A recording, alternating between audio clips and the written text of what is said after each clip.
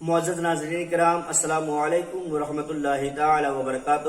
امید کرتا ہوں کہ آپ تمامی حضرات بخیر و عافیت کے ساتھ ہوں گے۔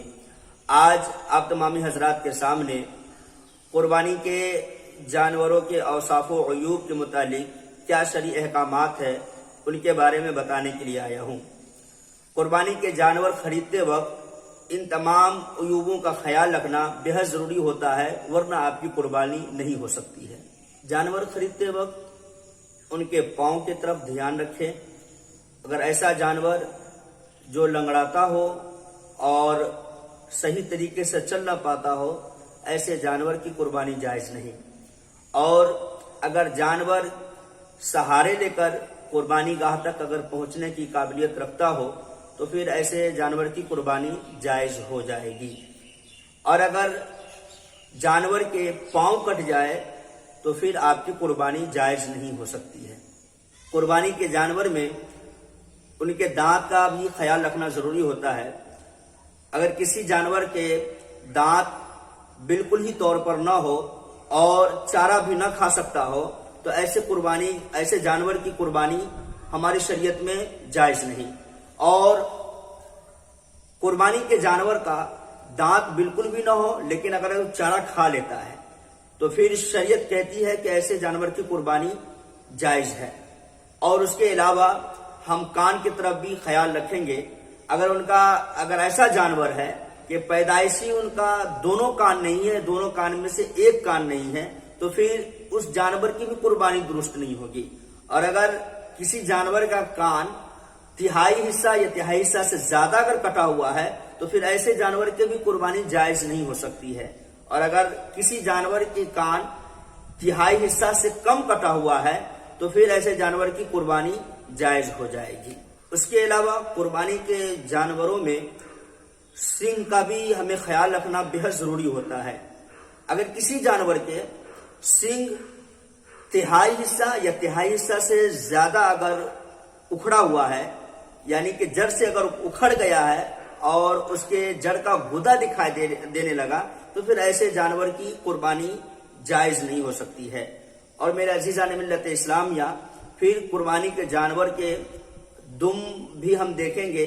اگر دم تہائی حصہ یا تہائی حصہ سے زیادہ اگر کٹ چکا ہے تو پھر ایسے جانور کی بھی قربانی جائز نہیں ہے۔ اور اگر دم تہائی حصہ سے کم یا تہائی حصہ برابر بھی اگر کٹا ہے تو شریعت ایسے جانور کی قربانی جائز کہتی ہے، آپ کی قربانی ہو جائے گی۔ اس کے علاوہ قربانی کے جانوروں کا تھن کا دیکھنا بھی ضروری ہوتا ہے۔ جیسے گائے، اونٹنی، بھینس، اگر ان کے 4 تھن میں سے اگر ایک تھن اگر خراب ہو چکا ہے یا سوکھ چکا ہے جسے دودھ نہ دیتی ہو تو پھر آپ کی قربانی جائز ہو جائے گی۔ اور اگر گائے، اونٹنی، بھینس ان کے 4 تھنوں میں سے اگر 2 تھن سوکھ چکے ہیں اور صرف 2 تھن ہی متحرک ہے تو پھر آپ کے اس جانور کی قربانی نہیں ہو سکتی ہے۔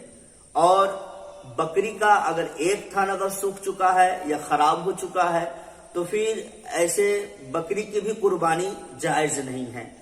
اس کے علاوہ اگر گائے یا اونٹنی یا بھینس یا بکری ان جانوروں کے تھن مکمل درست ہے، بس دودھ تھوڑا تھوڑا سا دے رہا ہے تو پھر ایسے جانور کی قربانی جائز ہو جائے گی۔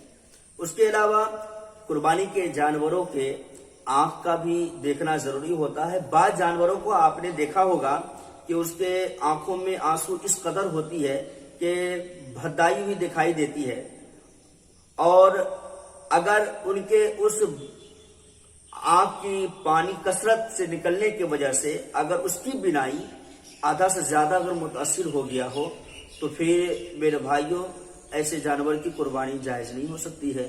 اور اگر اندھا ہو گیا ہو تو بھی ہماری قربانی جائز نہیں ہو سکتی ہے۔ ہاں، اگر اس کی بینائی آدھا سے کم متاثر ہو، یعنی کہ وہ دیکھ سکتا ہے، تو پھر ایسے جانور کی قربانی جائز ہے۔ اس کے علاوہ قربانی کے جانوروں میں ہم ناک کا بھی خیال رکھیں گے۔ اگر کسی جانور کا اگر ناک کٹا ہوا ہے تو پھر اس جانور کی قربانی نہیں ہو سکتی ہے۔ اور بڑے جانور جیسے کہ آپ نے دیکھا ہوگا بھینس یا گائے یا اونٹنی کے ناکوں میں اس کے رسی ڈالنے کے لیے ناک کو وہ چھید کیا جاتا ہے اور سوراخ کر کے اس کے اندر میں رسی ڈالا جاتا ہے. ایسے حالت میں اس کے ناک کٹ جاتے ہیں تو پھر ایسی حالت میں آپ کی قربانی جائز ہو سکتی ہے, ہو جائے گی, قربانی آپ کا درست ہے. اس کے علاوہ جس جانور کی زبان آدھی کٹی ہو یا پھر آدھی سے زائد اگر کٹ گئی ہو تو بھی ہماری قربانی درست نہیں ہو سکتی ہے, جائز نہیں ہے. ہاں اگر کسی جانور کی زبان آدھے سے کم اگر کٹی ہوئی ہو تو پھر آپ کی قربانی ہو جائے گی. اس کے علاوہ اگر کوئی جانور حاملہ ہو چکی ہے تو پھر حاملہ جانور کی بھی قربانی جائز ہے.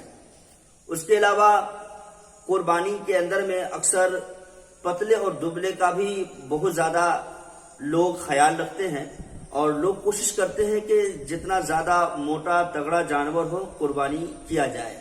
لیکن میرے بھائیوں, اگر پتلا دبلا جانور اس طرح کا ہے کہ وہ چل پھر سکتا ہے تو پتلے دبلے جانور کی بھی قربانی جائز ہے.